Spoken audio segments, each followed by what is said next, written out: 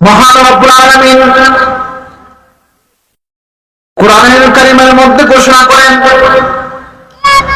উযিনা লিল্লাযীনা ইউকাতালুনা বিআন্নাহুম যুলিমু ওয়া ইন্নাল্লাহা আলা নাসরিহিম লাকাদির। এখানের মধ্যে আল্লাহ রাব্বুল আলামিন মানুষকে তিনি কয়েকটি বিষয়ের উপর কয়েকটি জিনিস মানুষকে আল্লাহ রাব্বুল আলামিন অনুধাবন করার জন্য এবং কি মানুষকে তিনি কিভাবে ইনসাফ ভিত্তিক সমাজ নির্মাণের জন্য মহান রব্বুল আলামিন আমাদের প্রিয় নবী হযরত মুহাম্মদ সাল্লাল্লাহু আলাইহি ওয়াসাল্লামের মাধ্যমে আমাদেরকে জানিয়ে দিয়েছেন। তাই এই আয়াতের মাধ্যমে আমরা চারটা জিনিস লক্ষ্য পাই এবং চারটা জিনিস আল্লাহ রাসূল সাল্লাল্লাহু আলাইহি ওয়াসাল্লাম আমাদেরকে বাস্তবায়ন করার জন্য তিনি ঘোষণা করেছেন।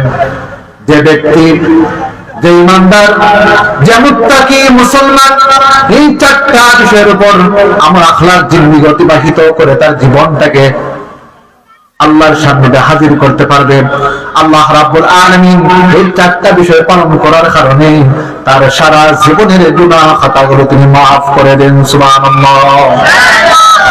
যে আল্লাহ রাব্বুল আলামিন আয়াতের মাধ্যমে চারটা বিষয়কে এমন ভাবে গুরুত্ব দিয়েছে যে মানুষ, যে ব্যক্তি, আমি এবং আপনি এই চারটা বিষয় যদি আমরা গুরুত্বপূর্ণভাবে যদি আমরা পালন করতে পারি তাহলে আল্লাহ রাব্বুল আলামিন আমাদেরকে দুনিয়ার মধ্যে যেভাবে সম্মানিত করবে ঠিক তবেও সেই পরকালেও আল্লাহ রাব্বুল আলামিন আমাদেরকে সম্মানিত করবেন। সুবহানাল্লাহ।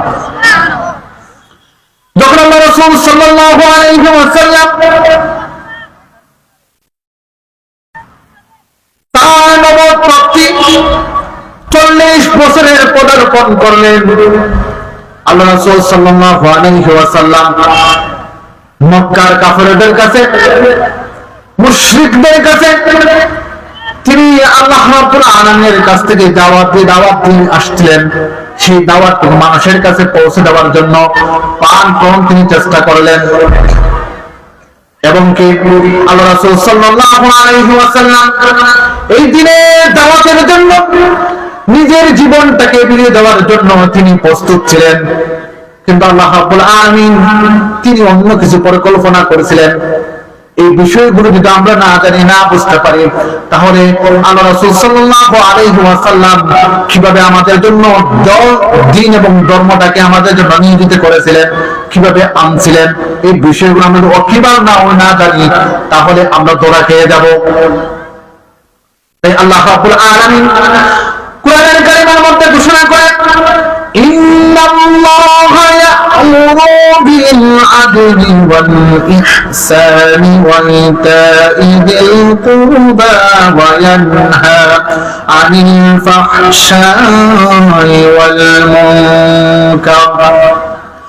আল্লাহ রাব্বুল আলামিন আমাদেরকে জানিয়ে দেন যে মানুষগুলো, যে ইমানদার বান্দাগুলো এই চারটা কর্মসূচি বাস্তবায়ন করবে, আল্লাহ রাব্বুল আলামিন ওই বান্দাকে যেভাবে মদিনায় এবং মক্কার মানুষগুলো আল্লাহ রাসূল সাল্লাল্লাহু আলাইহি ওয়াসাল্লামকে আঁকড়ে ধরে তার কাছে দিনের পথে শামিল হয়েছিল, যেভাবে ইসলামের মধ্যে দাখিল হয়েছিল, কোরআনের পথে মানুষগুলো একে একে দাখিল হয়ে গেছিল, আজকে এই মানুষগুলো চারটা বিষয় পালন করে আল্লাহ রাব্বুল আলামিন যেভাবে দিনের জান্নাহ মুহাম্মদ সাল্লাল্লাহু আলাইহি ওয়াসাল্লামের মাধ্যমে পরিপূর্ণ করেছিলেন, এই চারটা বিষয় যদি আজকের মুসলমান রাজা, বাদশা, ইমানদারকে, মুত্তাকি পালন করে আল্লাহ রাব্বুল আলামিন আমাদেরকেও সেই ইসলামের বিজয় দান করবেন। সুবহানাল্লাহ। আল্লাহ রাব্বুল আলামিন তার নবীর মাধ্যমে আমাদেরকে এই চারটা বিষয়ের মধ্যে প্রথম নাম্বার হচ্ছে যে মানুষগুলো পৃথিবীর মধ্যে যাবে, সকল মানুষ ক্ষমতাসীন হবে না, সকল মানুষের কাছে দায়িত্ব অর্পণ হবে না, সকল মানুষ ক্ষমতার মস্তদে বসবে না। যেভাবে আল্লাহ রাসূল সাল্লাল্লাহু আলাইহি ওয়াসাল্লামের পরে আমরা দেখি সাহাবায়ে কেরামদের যুগের কালে হযরত ওমর ফারুক রাদিয়াল্লাহু তাআলা আনহু তিনি রাষ্ট্র ক্ষমতার যখন পদার্পণ করলেন, কেমন তিনি ছিলেন আমরা জানি। ওমর ফারুক রাদিয়াল্লাহু তাআলা আনহু সাহাবীদের মধ্যে সবচেয়ে গরম এবং তেজস্বী একজন সাহাবী ছিলেন।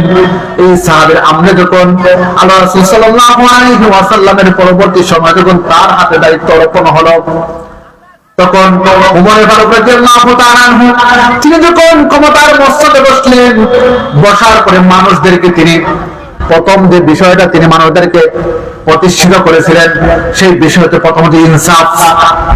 সেই বিষয়টা হচ্ছে ওমর ফারুক রাদিয়াল্লাহু তাআলা মানুষের কাছে তিনি ইনসাফ প্রতিষ্ঠিত করেছিলেন। সুবহানাল্লাহ।